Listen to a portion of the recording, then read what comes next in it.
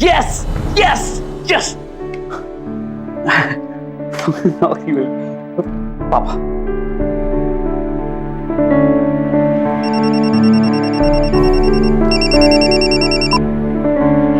Hello.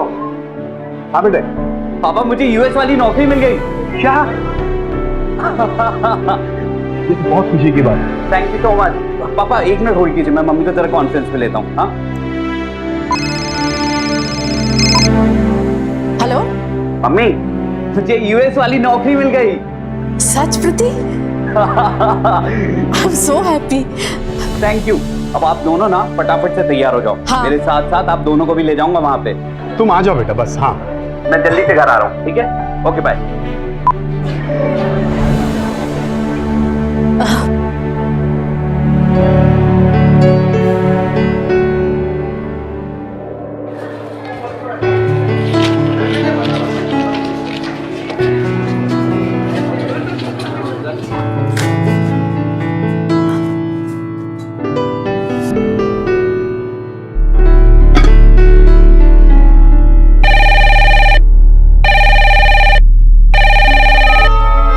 Hello.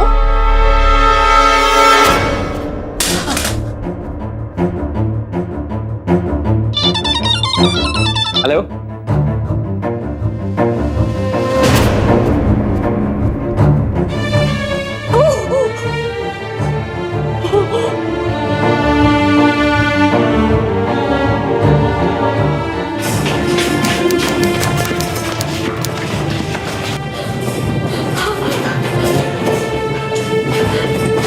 Please आप लोग यहीं रुक जाइए, साइड में जाइए प्लीज।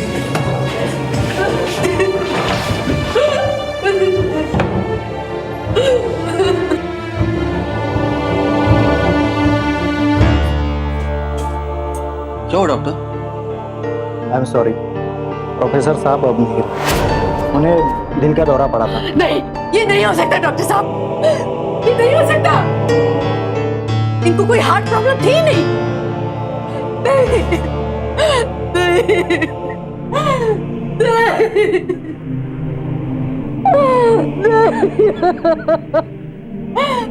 प्रतिवेश कब पहुंच रहा है? सर दिल्ली से जो भी पहली गाड़ी मिलेगी सर वो आ जाएगा सर।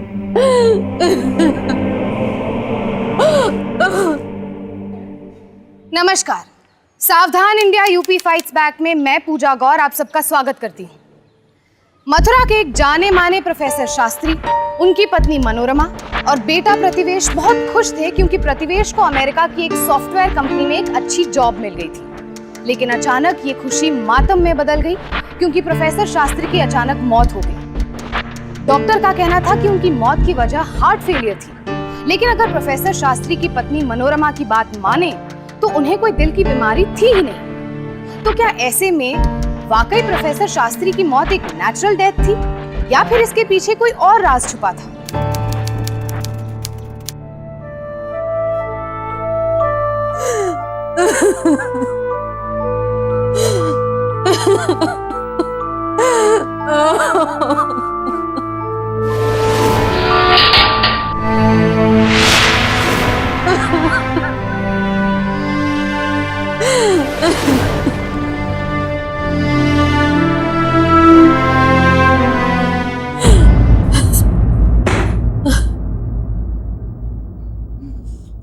पापा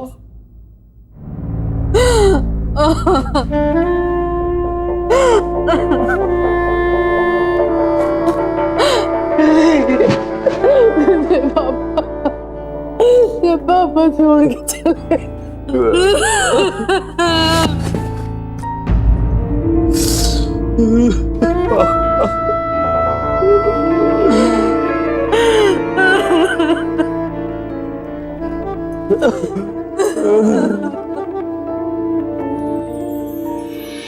अरे कोई तो रीजन होगा जो तू शादी नहीं करना चाहता। अच्छा वो कौन थी? कौन? वो शाम में मिलते वाली। कोई नहीं पापा। अगर कोई है तो बता दे। समझा?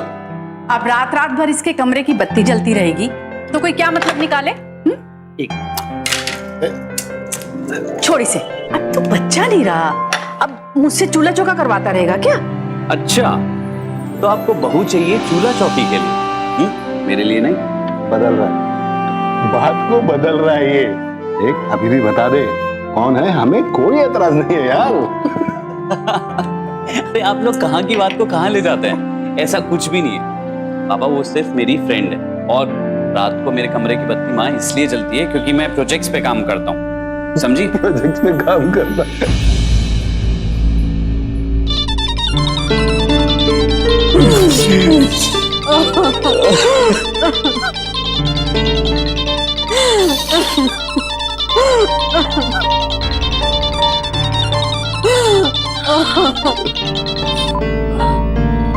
आप बोलिए। मैं आपसे एक बात कहना चाहता हूँ। प्रोफेसर साहब की मौत नहीं हुई, उन्हें मारा गया है। आप कौन बोल रहे हैं? देखिए, मैं अपना नाम नहीं बता सकता। आपके पिता को सबकी आंखों के सामने, आप समझ रहे हैं ना, वो लोग बहुत पावरफुल हैं, सब डरते हैं उनसे। Hello hello hello. क्या हुआ फिर? किसका फोन? आप पता नहीं, लेकिन जिस किसी का भी फोन था वो कह रहा था कि पापा की मौत कार्डियक अरेस्ट से नहीं हुई है बल्कि उनको मारा गया है। हेलो, देखो तुम कोई भी हो, तुम्हारी कॉलेज में अटेंडेंस बिल्कुल नहीं है, तुम एग्जाम नहीं दे सकते, बस। Right now busy. और हाँ सुनो, दोबारा मुझे फोन करने की कोशिश मत करना, जो भी बात करनी है कॉलेज में आगे करो, समझे तुम?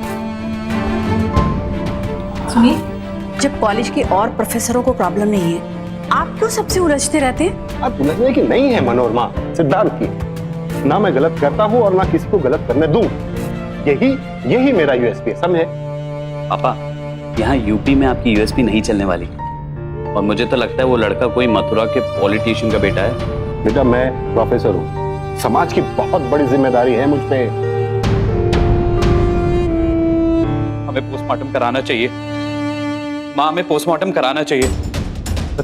प्रति बिल्कुल सही कह रहा है, हमें पुलिस को इन्फॉर्म करना चाहिए यार। हेलो,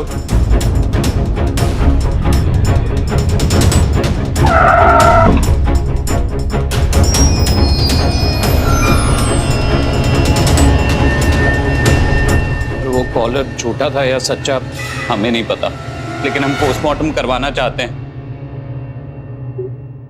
जिस नंबर से तुम्हें कॉल आया था वो नंबर मुझे दो, और तुम्हारा ये डिसीजन बिल्कुल सही है। पोस्टमार्टम करवाने से तुम्हारे दिल को भी तसल्ली हो जाएगी। हवलदार, शास्त्री जी की बॉडी को पोस्टमार्टम के लिए भेज दो। तुम मेरे साथ चलो पुलिस, क्योंकि तुम्हें कंप्लेंट दर्ज करवानी पड़ेगी, क्योंकि एफआईआर दर्ज होने के बाद ही हम इनका पोस्टमार्टम करेंगे। चलो। प्रोफेसर शास्त्री की मौत के बाद प्रतिवेश को किसने कॉल किया था? कौन था वो शख्स जिसने प्रतिवेश को बताया कि उसके पिता की हत्या की गई थी? क्या वाकई में ऐसा कुछ हुआ था या प्रतिवेश के साथ कोई मजाक कर रहा था? प्रतिवेश अपने पिता को तो खो चुका था, पर इस फोन कॉल के बाद उसने हकीकत का पता लगाने का फैसला किया और बिना वक्त गवाए पुलिस को इत्तिला दी। पुलिस ने तुरंत बॉडी को पोस्टमार्टम के लिए भेजा और जो रिपोर्ट सामने आई वो बेहद चौंका देने वाली थी। उस रिपोर्ट ने प्रोफेसर शास्त्री की मौत पर कई सवाल खड़े कर दिए।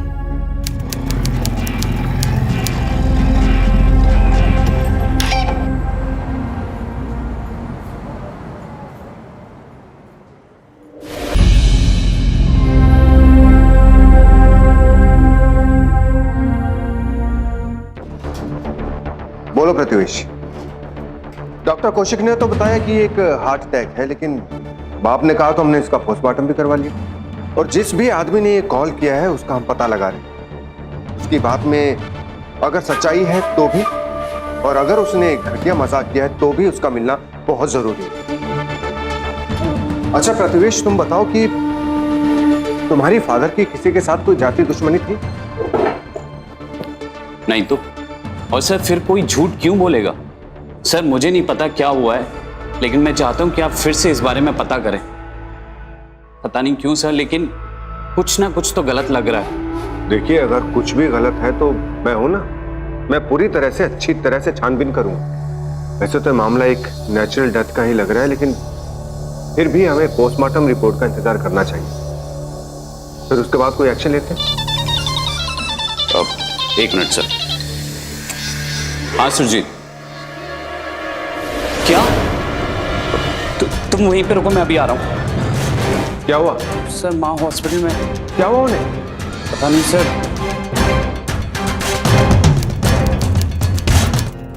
प्रतीक, माँ कैसी? आंटी ठीक है। आंटी कुछ ज्यादा स्ट्रेस्ड हो गई है, शायद इसीलिए गिर पड़ी। यार वो तो अच्छा हुआ मैं सही समय पे पहुंच गया, किचन में बेहोश पड़ी थी यार। इससे ह्यूज एंड सडन शॉक हुआ, सब हो सकता है। सारी मेरी गलती है यार, मुझे ध्यान रखना चाहिए था। She is all right. उनकी बीपी 40 हो जाने की वजह से वो चक्कर खाकर गिर गई। और हाँ, उनके दाहिने पैर में एक हेयरलाइन क्रैक, छोटा सा फ्रैक्चर। वैसे घबराने की कोई जरूरत नहीं है, आप उन्हें मिल सकते। Thank you doctor.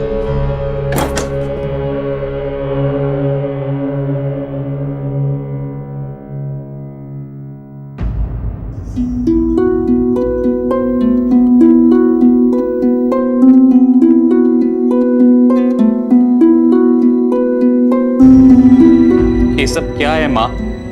पहले पापा हमको छोड़ के चले गए, और अगर अब आपको कुछ हो गया तो मेरा क्या होगा?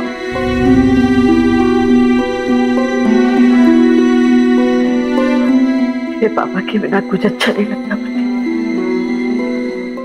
लेकिन अगर आपको कुछ हो जाता तो? सब कुछ तो हो गया,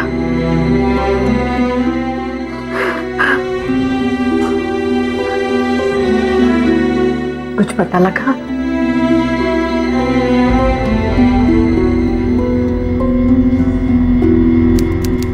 ये आप क्या कह रहे हैं सर? मेरे पापा के रिब्स की 6 हड्डियां टूटी हुई मिली हैं, लंग्स के अंदर इंटरनल ब्लीडिंग है, और आप कह रहे हैं कि एक्सीडेंटल डेथ का केस भी हो सकता है? देखो प्रतिवेश, मैं ये बात मानता हूँ कि उस रिपोर्ट के अंदर ये लिखा हुआ है कि ये केस हार्ट अटैक का नहीं है, लेकिन ये एक्सीडेंटल केस भी तो हो सकता है। ये भी तो हो सकता है ना कि वो सीढ़ियों से गिर गए हों और उनकी पसलियां टूट गई हों, और लोगों ने उन्हें सीढ़ियों के पास गिरा हुआ भी देखा था। हाँ, वो जो तुम्हें कॉल आया था वो मथुरा स्टेशन के किसी पब्लिक बूथ से आया था। हो सकता है तुम्हारे साथ किसी ने। सर वो कॉल सही भी तो हो सकती है। आप एक बार ये क्यों नहीं कह देते जो मेरे पापा के साथ में हुआ है वो गलत है, और शायद उसी की वजह से उनकी मौत हुई है। देखो पृथ्वी, FIR दर्ज हो चुकी है ना, और मैं सबसे पहले कॉलेज से ही छानबीन शुरू करना चाहता हूँ। मुझे जैसे ही कुछ पता लगेगा मैं तुम्हें इन्फॉर्म कर दूंगा। ओके? प्रोफेसर शास्त्री की पोस्टमार्टम रिपोर्ट से इस बात का खुलासा हुआ कि उन्हें गहरी अंदरूनी चोटें आई थी। इस खुलासे ने जहां एक तरफ उनके बेटे को झकझोर कर रख दिया था, वहीं दूसरी तरफ इस बात की संभावनाएं बढ़ने लगी थी कि कहीं उस फोन कॉल की बात सच तो नहीं। मथुरा पुलिस के लिए ये केस अब उतना सीधा नहीं रह गया था जितना दिख रहा था, पर फिलहाल पुलिस किसी जल्दबाजी में नहीं थी। वो पहले इस केस के सारे आयामों को टटोल लेना चाहती थी। प्रतिवेश को पूरा यकीन था कि कहीं ना कहीं कुछ गलत जरूर हुआ है। चूंकि प्रोफेसर की मौत कॉलेज कैंपस में ही हुई थी, इसलिए सही जानकारी पाने के लिए प्रतिवेश ने कॉलेज जाने का फैसला किया।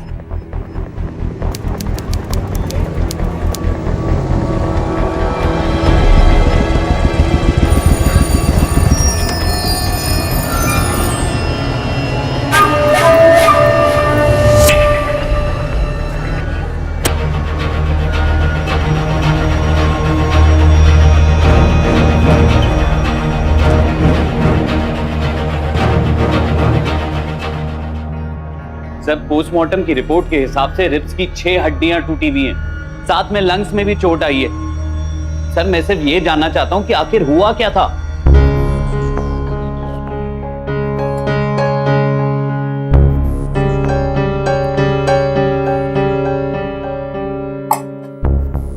सर शास्त्री को तो सर एक्चुअली मैं उस वक्त बाहर गया हुआ था, बस ऐसा सुनने में आया था कि हार्ट अटैक हुआ है। किसी ने कहा था शायद सीढ़ियों से गिर गए हैं। मगर सर वो। देखिए निशिकांत जी, आपकी क्लास का वक्त हो गया है, यू प्लीज गो। मैं बात कर रहा हूं ना। आप प्लीज जाइए। Okay sir. You please sit down, बैठिए आप, बैठिए। सर लेकिन आपने कुछ तो सुना होगा, कुछ तो देखा होगा। मैं आपको कह चुका हूं कि मैं तो यहाँ था ही नहीं, तो मैं देखूंगा क्या। कॉलेज में प्रोफेसर निशिकांत कुछ तो कहना चाह रहे थे, लेकिन प्रिंसिपल सर ने उन्हें कहने नहीं दिया। सुरजीत कुछ तो ऐसा है जो हमें दिखाई नहीं दे रहा है। सही कह रहा है यार। पता है, मुझे लगता है कि हमें प्रोफेसर निशिकांत से अकेले में बात करनी चाहिए। शायद अकेले में कुछ बता दें। तो ठीक कह रहा है। कॉलेज के बाद में प्रोफेसर निशिकांत से बाहर मिलने की कोशिश करते हैं अकेले में। हाँ, ये कर सकते हैं।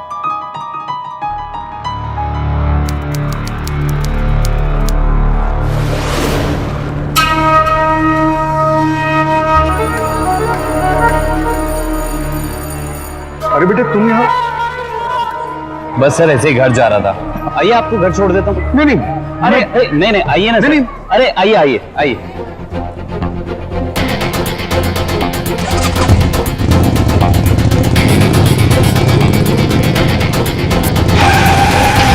क्या हुआ बेटा?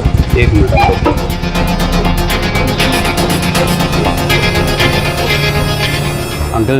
अंकल आप तो पापा के सबसे करीबी दोस्त थे। वो तो हूँ।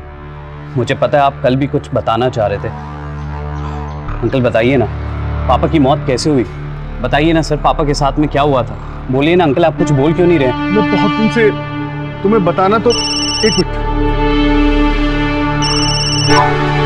हेलो निशिकांत महोदय, कैसे हैं आप? क्या वार्तालाप चल रहा है? नहीं कुछ नहीं क्या हुआ अंकल? किसका फोन था? कुछ नहीं। क्या मुझे कुछ नहीं मालूम। क्या हो गया? नहीं सर अंकल कुछ नहीं। क्या हुआ? क्या मुझे कुछ नहीं मालूम। कहाँ जा रहे हैं कुछ नहीं अंकल? मालूम।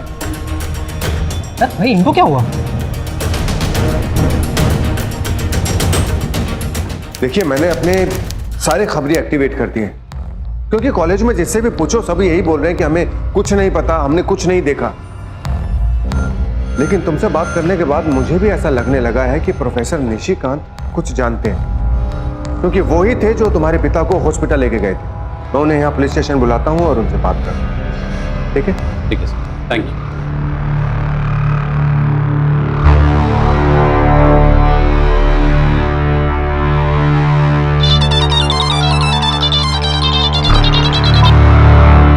हेलो। आपको कोई उनका नाम नहीं बताया। वो लोग बहुत पावरफुल, सब डरते हैं उनसे। कौन पावरफुल लोग हैं? अरे नाम बोलो तुम उनका। हेलो। क्या बात? किसका फोन था? आओ मेरे साथ। क्या हुआ? क्या? आओ। अरे कुछ बोलेगा मुझे, क्या हुआ? सर फिर से एक कॉल आया था। क्या? शायद उसी जने का था जिसने पहले भी कॉल किया था। कह रहा था कि कुछ पावरफुल लोगों का हाथ है मेरे पिता की हत्या के पीछे। सर नाम बताने से पहले ही फोन काट दिया।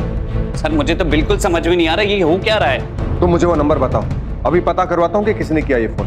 जी ये रहा सर।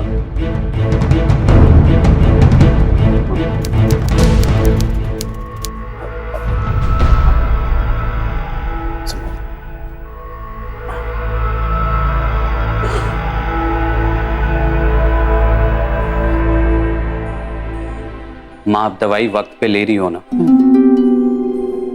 कुछ पता चला? नहीं कुछ नहीं। देख प्रति, माँ हूं मैं तेरी। मैं जानती हूं तो कुछ ना कुछ तो छुपा रहा है। बताना क्या बात है, बोलना। माँ वो कुछ नहीं। देख प्रति, मेरी बात सुन। तू अमेरिका चला जा। इतनी अच्छी नौकरी बार बार नहीं मिलती, और तेरे आगे तो तेरी पूरी लाइफ पड़ी हुई। वो जो भी लोग हैं बहुत बड़े लोग हैं, शायद बहुत पावरफुल भी है।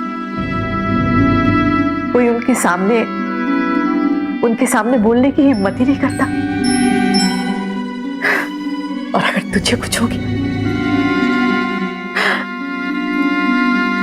तो चला जा। नहीं माँ, मैंने फैसला कर लिया है।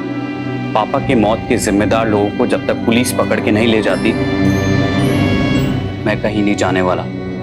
कहीं नहीं। एक मिनट।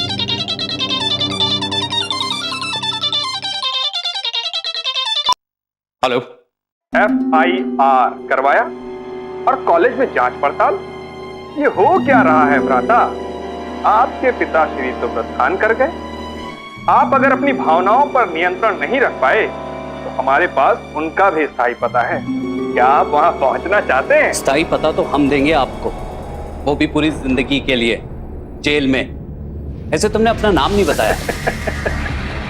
नाम भी जान जाओगे भ्राता, संभल कर चलना। मथुरा की सड़क पर आजकल बहुत दुर्घटना हो रही। अरे तुम्हारे हेलो हेलो हेलो, कौन है? माँ, इस कॉल से एक बात तो साफ हो गई है कि पिताजी की मौत कार्डियक अरेस्ट से नहीं हुई बल्कि उनको मारा गया है। कैसे और किसने, ये मैं पता लगा के रहूंगा।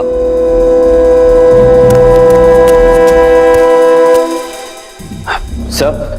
अरे प्रतिवेश, तुम? मैं तुम्हें कॉल करने वाला था। मुझे सर? हाँ बिल्कुल, तुम्हारे खिलाफ कंप्लेंट लिखाई गई है भाई कि तुमने किसी को जान से मारने की धमकी दी। क्या सर? मैं तो खुद यहाँ पे कंप्लेंट लिखवाने के लिए आया हूँ कि मुझे जान से मारने की धमकी दी गई है, और आप कह रहे हैं कि मैं किसी को धमकी दे रहा हूँ। देखो, मैं ये नहीं कह रहा कि तुम गलत कह रहे हो, लेकिन ये देखो, ये रिपोर्ट तो यही बोल रही।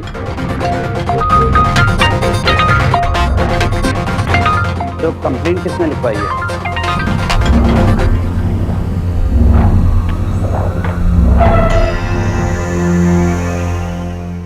मृत्युंजय यादव। नाम तो सुना सुना लग रहा है। सर, ये वही लड़का है जिसको मैंने कॉलेज में देखा था। अच्छा, वो नंबर तो दो जिससे तुम्हें कॉल आया था। लेट मी सी। एक मिनट सर।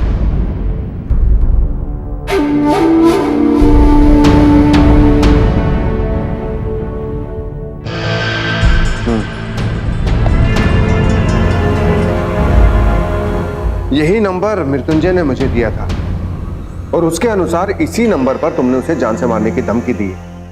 इसका मतलब तुम्हारे पिताजी की मौत के पीछे इसका भी कोई ना कोई गहरा संबंध है। तुम ऐसा करो कि एफआईआर में उसका जिक्र जरूर कर दो। हम उसे उठा लेते हैं और उससे बात करते हैं, फिर आगे देखते हैं कि क्या होता है। जी।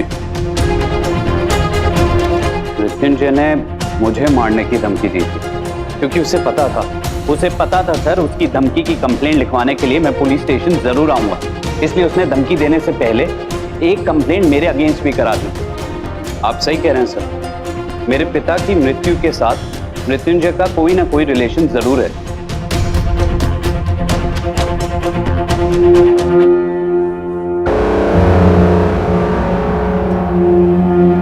तुम्हारी बात सही है, लेकिन पहली कंप्लेंट उनकी तरफ से हुई है और वो लोग बहुत पावरफुल लोग हैं। मृत्युंजय ठीक है, क्या खास आदमी है। शायद वो कॉल करने वाला आदमी भी तुम्हें यही बताना चाहता है। प्रोफेसर निशिकांत ने कुछ बताया? वो तो छुट्टी लेकर बाहर गए। हम उनके घर गए थे, लेकिन ताला लगा हुआ था उनके घर। निशिकांत जी से बात करना बहुत जरूरी है, और उस आदमी का मिलना भी बहुत जरूरी है जिसने तुम्हें 2 बार कॉल किया था। जी। सुराग चाहे कितना भी छोटा क्यों ना हो, लेकिन रोशनी को नहीं रोक सकता। प्रतिवेश को इस बात का पूरा यकीन था कि उसके पिता की मौत की वजह वो नहीं थी जो दिखाई दे रही थी। अब यह तय था कि उनकी हत्या हुई थी, पर किसने की थी इस बात का पता नहीं था। मृत्युंजय का इस हत्या से संबंध तो था, पर क्या उसी ने प्रोफेसर को मारा था? अगर हाँ, तो कैसे और क्या वजह थी? इधर प्रतिवेश की जिंदगी में जैसे तूफान आ गया था। पिता की मौत, माँ का बीमार होना, अमेरिका में इतनी अच्छी नौकरी मिलने के बाद भी खो देने का डर, लेकिन उसने हिम्मत न हारने का फैसला कर लिया था। मृत्युंजय के खिलाफ एफआईआर दर्ज हो चुकी थी, जिसके बिना पर पुलिस ने उसे गिरफ्तार कर लिया। मृत्युंजय भैया जिंदाबाद, जिंदाबाद। मथुरा पुलिस मुर्दाबाद, मुर्दाबाद। मृत्युंजय भैया जिंदाबाद, जिंदाबाद। मथुरा पुलिस मुर्दाबाद, मुर्दाबाद। मथुरा पुलिस मुर्दाबाद। ए थानेदार साहब, ये कारागार हमारे लिए कोई नया स्थान नहीं है, और इसकी मोहब्बत हमें 2 घंटे से ज्यादा भाती भी नहीं है, समझे?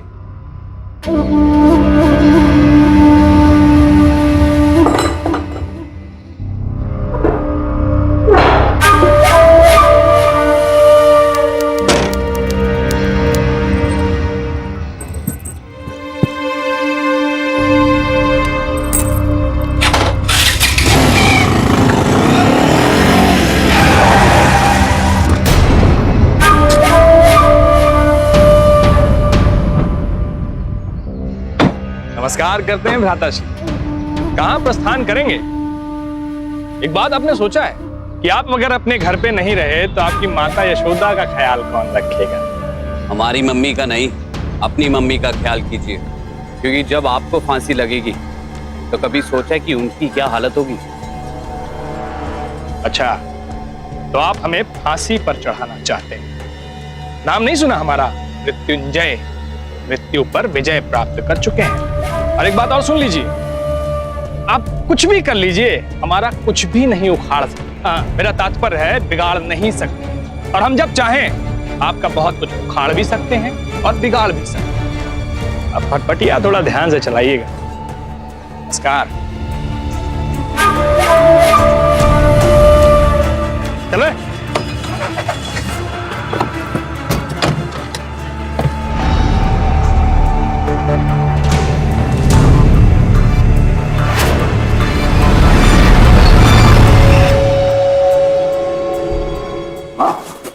संभाल,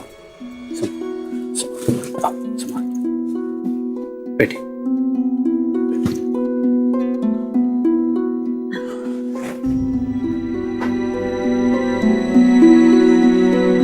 निशांत जी का नंबर था मेरे पास। मैंने उनको कई बार ट्राई किया और फिर एसएमएस डाला। उनका जवाब आया। उन्होंने 9 बजे फोन करने को कहा था, इसलिए मैंने तुझे बुलाया 9 बजे।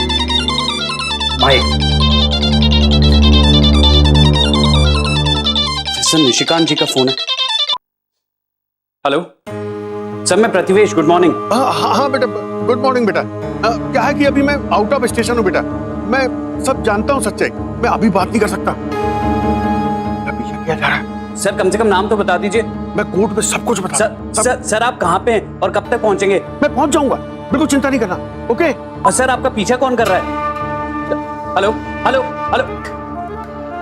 क्या हुआ?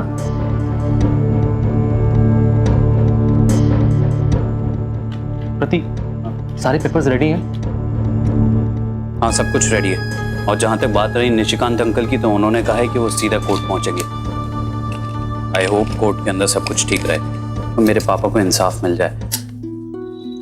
बिल्कुल मिलेगा प्रति, बिल्कुल मिलेगा। माय लॉर्ड, ये एक नेचुरल डेथ है। हॉस्पिटल के डॉक्टर मिस्टर कौशिक ने डेथ सर्टिफिकेट में साफ साफ लिखा है कि कार्डियक अरेस्ट है, लेकिन ना जाने किस सिरफिरे का फोन आया जिससे उनकी वाइफ और उनके बेटे को ऐसा लगा कि मिस्टर शास्त्री की किसी ने हत्या कर दी। दैट्स ऑल मेरा। माय लॉर्ड, ये एक इंटरनल चोट थी। रिब की 6 हड्डियां टूटी थी और लंग्स में से ब्लीडिंग हो रही थी।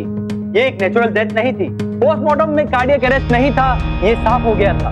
माय लॉर्ड, बेशक एक नेचुरल डेथ है, हालांकि पोस्टमार्टम की रिपोर्ट में यह लिखा हुआ है कि कार्डियक अरेस्ट नहीं था। पोस्टमार्टम की रिपोर्ट में यह भी लिखा हुआ है कि एक्सीडेंटली सीढ़ियों से गिरकर भी मौत हो सकती है, यानी कि पहले हार्ट अटैक, फिर सीढ़ियों से गिरना, उसके बाद चोट। माय लॉर्ड, वहां पर इतने सारे लोग थे, लेकिन उसके बाद भी इनके पास कोई सबूत, कोई गवाह नहीं है। माय लॉर्ड, ये मेरे क्लाइंट को अपोजिशन के द्वारा फंसाने का एक षड्यंत्र है। That's all my Lord. My Lord, थोड़ी ही देर में सब साफ हो जाएगा। मैं आपके सामने एक जॉइंट पिटीशन रखना चाहता हूं, जिसमें कॉलेज के 32 लोगों की साइन और गवाह भी है। और माय लॉर्ड, मैं कोर्ट का कुछ समय चाहूंगा, क्योंकि इस केस की तहकीकात कर रहे इंस्पेक्टर शर्मा गवाहों को लेकर आ ही रहे हैं। ठीक है, परमिशन ग्रांटेड।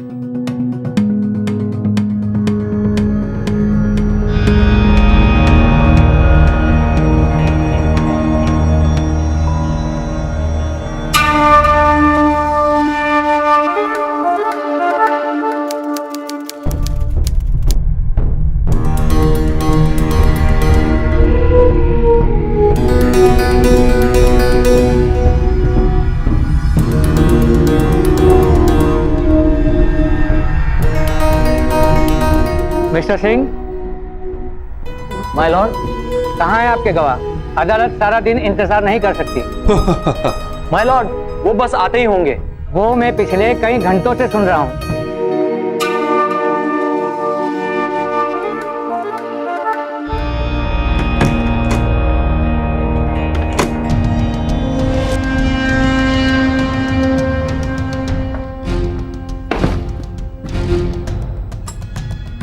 जज साहब, प्रोफेसर साहब सुबह से घर पर नहीं। और उनका फोन भी स्विच ऑफ आ रहा है। देखो माय लॉर्ड, जैसा मैंने कहा था ठीक वैसा ही हुआ। माय लॉर्ड, मुझे ये गहरी साजिश मालूम हो रही है। ये बहुत ही पावरफुल लोग हैं। मिस्टर शर्मा को इन्होंने ही डराया और धमकाया होगा। मेरी कोर्ट से गुजारिश है कि मुझे थोड़ी और मोहलत दी जाए। ठीक है, अदालत आपको और 1 हफ्ते की मोहलत देती है, लेकिन इसके बाद भी अगर आप गवाह पेश नहीं कर पाए तो अदालत अपना अंतिम फैसला सुना देगी। द कोर्ट इज अर्जेंट और अटेंड। जो कुछ भी हुआ वो सोच समझ के बाहर था। इतना बड़ा धोखा। प्रोफेसर निशिकांत का फोन स्विच ऑफ है और प्रिंसिपल सर ने तो साफ मना कर दिया है, ना तो वो इस केस में इन्वॉल्व है और ना ही होंगे। अब तो इंस्पेक्टर शर्मा ने 4 टीम लगा के रखी है, मगर निशिकांत अंकल का कोई पता नहीं चला। कोर्ट में जो कुछ भी हुआ था उससे प्रतिवेश समझ गया था कि उसकी लड़ाई किसी आम आदमी से नहीं, बल्कि एक ऐसे आदमी से थी जिसे कई ताकतवर लोगों का सपोर्ट था। पर वो ये नहीं समझ पा रहा था कि आखिर प्रोफेसर निशिकांत कहाँ गायब हो गए थे। क्या वो डरकर फिर से छुप गए थे? उनका मिलना बहुत जरूरी था क्योंकि वो इस घटना के चश्मदीद गवाह थे। लेकिन एक गवाह की गवाही जितनी जरूरी होती है, उसकी जिंदगी उतनी ही खतरे में भी होती है। और अब प्रोफेसर निशिकांत की जान को भी खतरा था। तुमसे बात करने के बाद मैंने प्रोफेसर साहब से बात की पुलिस प्रोटेक्शन के लिए, लेकिन उन्होंने मना कर दिया। लेकिन इसके बावजूद भी हमने 2 हवलदार उनके पीछे लगा दिए। सारी रात तक तो ठीक रहा, लेकिन सुबह जब हवलदारों ने उन्हें ढूंढने की कोशिश की तो वो कहीं नहीं मिले। सर, किसी भी हाल में अगली डेट से पहले हमें उन्हें ढूंढना ही होगा। मुझे तो उनकी बहुत चिंता हो रही है।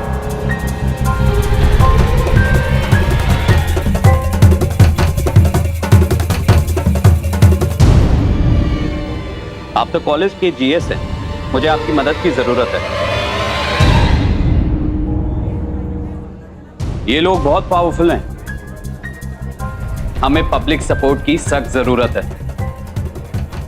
ऐसे पोस्टर्स हमें हर कॉलेज, हर यूनिवर्सिटी में लगाने होंगे।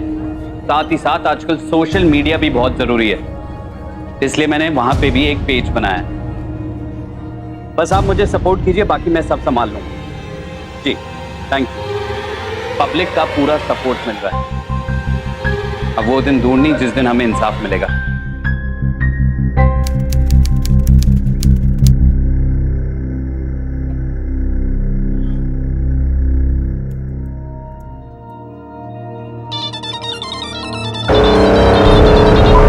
हेलो, क्या?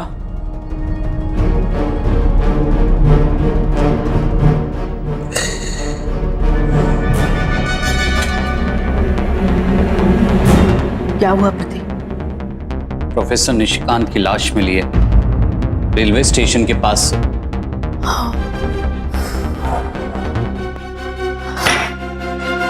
प्रतिवेश की लड़ाई में सबसे बड़े गवाह प्रोफेसर निशिकांत का कत्ल हो चुका था। तो क्या प्रोफेसर निशिकांत के कत्ल का इस केस से कोई लेना देना था?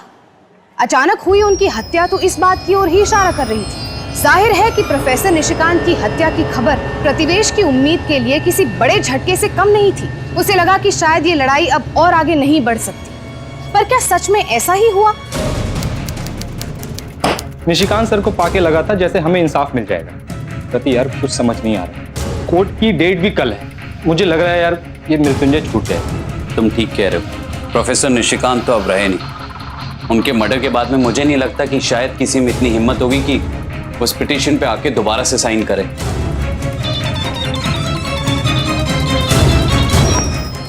हेलो, क्या वो कॉलम मिल गया जिसने मुझे 2 बार कॉल किया था? मैं अभी आ रहा हूं। हाँ, मैं अभी आ रहा हूं। योर ऑनर, निशिकांत जी के कत्ल का इस केस से लेना देना है। उनके पास सबूत था और वो गवाही भी देना चाहते थे, इसीलिए उन्हें रास्ते से हटा दिया गया। मिलोड, मेरे फाजिल दोस्त बार बार बिना किसी गवाह के, बिना किसी सबूत के नई नई कहानियां पेश कर रहे हैं। पिछली बार इन्होंने दावा किया था कि इनके पास कॉलेज की तरफ से जॉइंट पिटीशन है और आई विटनेस भी है, लेकिन कोई नहीं आया। अनफॉर्चुनेटली प्रोफेसर की मौत हो चुकी है। मिलोड, मेरे क्लाइंट पॉलिटिक्स से संबंध रखते हैं और मुझे लगता है कि प्रतिवेश अपोजिशन के साथ मिलकर कोई गहरी चाल चल रहा है। कोर्ट का मजाक बनाकर रखा हुआ है इन्होंने। योर ऑनर, हमारे पास गवाह है और मैं कोर्ट में मनोज भार्गव को पेश करने की इजाजत चाहता हूँ। इजाजत है। मनोज भार्गव हाजिर हो।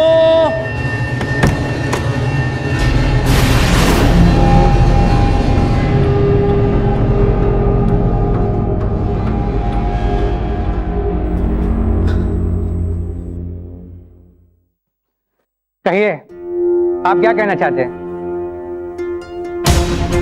साहब, मृत्युंजय और उसके आदमियों ने मुझे भी धमकाया था साहब, और मैंने ही पहली बार फोन करके बताया था कि प्रोफेसर शास्त्री का खून हुआ है, और दोबारा मैंने ही फोन किया था साहब।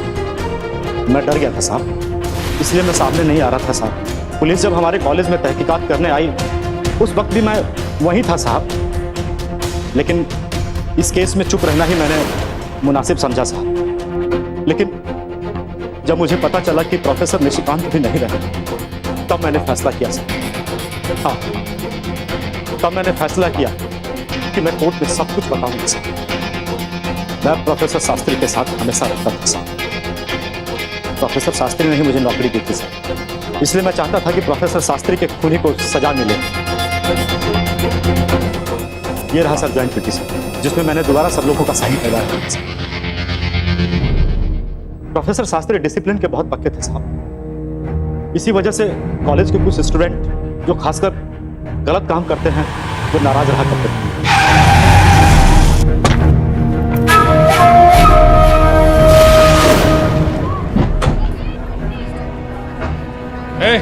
इधर आप, हमरे खिलाफ चुनाव लड़ेगा रे। मृत्युंजय नाम है हमारा और मृत्यु पर विजय प्राप्त कर चुके हैं। किस पर? देखो, ये जो तुम कर रहे हो ना, किस पर? किस पर? मृत्यु पर। हाँ, इस प्रांगण में विद्या अर्जन करने आए हो और सिर्फ विद्या अर्जन करो। ये राजनीति हम राजाओं की नीति है, समझे? यहाँ के एमपी के आदमी अपोजिशन वालों को पर्चा नहीं भरने देना चाहते थे साहब। प्रोफेसर शास्त्री इलेक्शन इंचार्ज थे और इस वक्त भी उन्होंने एमपी की चोट पर सच का साथ देने का फैसला किया है। वे लोग अपने आप को समझते क्या है? इस तरह की हरकत करके, ऐसा धमका के क्या कॉलेज का इलेक्शन जीत लेंगे ये? नहीं, बिल्कुल नहीं। बेटा इधर आओ। क्या नाम है तुम्हारा? सर, राघव। तुम इलेक्शन का पर्चा भरना चाहते हो? लड़ना चाहते हो ये इलेक्शन? जी हाँ, मैं इनकी धमकियों से डरने वाला नहीं हूँ। गुड, तो तुम पर्चा भरोगे, बेखौफ होके भरो। और सुनो, जो कुछ भी अभी यहाँ हुआ है ये मुझे राइटिंग में लिखे दो, मैं इनकी पुलिस में कंप्लेंट करूंगा। मैं 5 मिनट में लिख के देता हूँ सर। ठीक है, जाओ।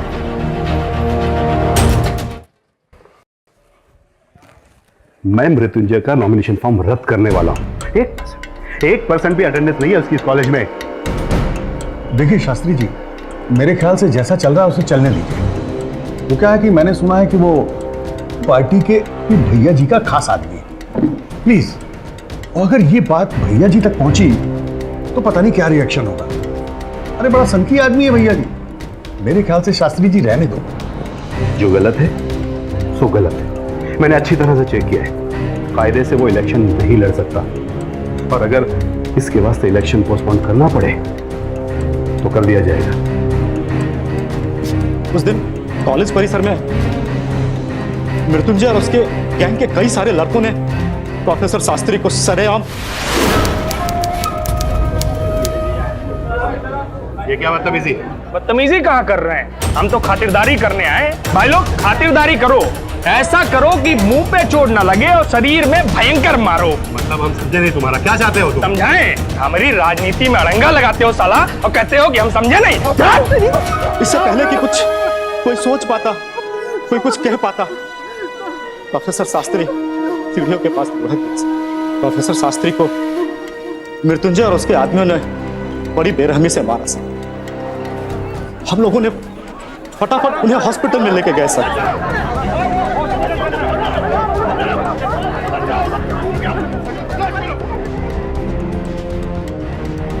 मुझे याद है साहब, गाड़ी में वो जिंदा थे और वो और वो कुछ कहना चाह रहे थे साहब। शायद अपने बेटे को याद कर रहे थे साहब, उनका नाम ले रहे थे साहब। कुछ नहीं घबरा रहे। एक मिनट, बोल प्रतीश, आ जाएगा, आ जाएगा। बुला ली। बोल। कुछ नहीं होगा। आगे सर। मृत्युंजय और उनके साथियों को गिरफ्तार किया जाए। The court is urgent for attendance.